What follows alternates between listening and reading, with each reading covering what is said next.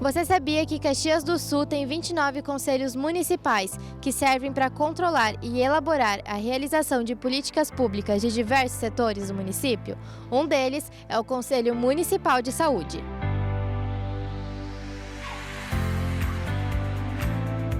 O órgão serve para controle social do SUS e acompanha a realização de políticas públicas e a prestação de atendimento à comunidade. O Conselho tem funções deliberativas, consultivas e fiscalizadoras. Também atua na definição de estratégias e no controle da realização de políticas de saúde no município, incluindo aspectos econômicos e financeiros. Criado em setembro de 2014, o Conselho Municipal de Saúde é composto por 36 membros titulares, além dos respectivos suplentes.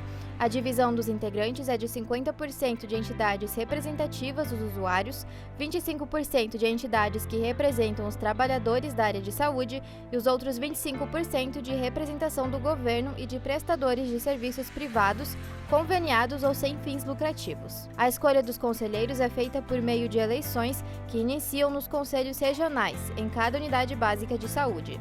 Os escolhidos são voluntários, não recebendo nenhum tipo de remuneração.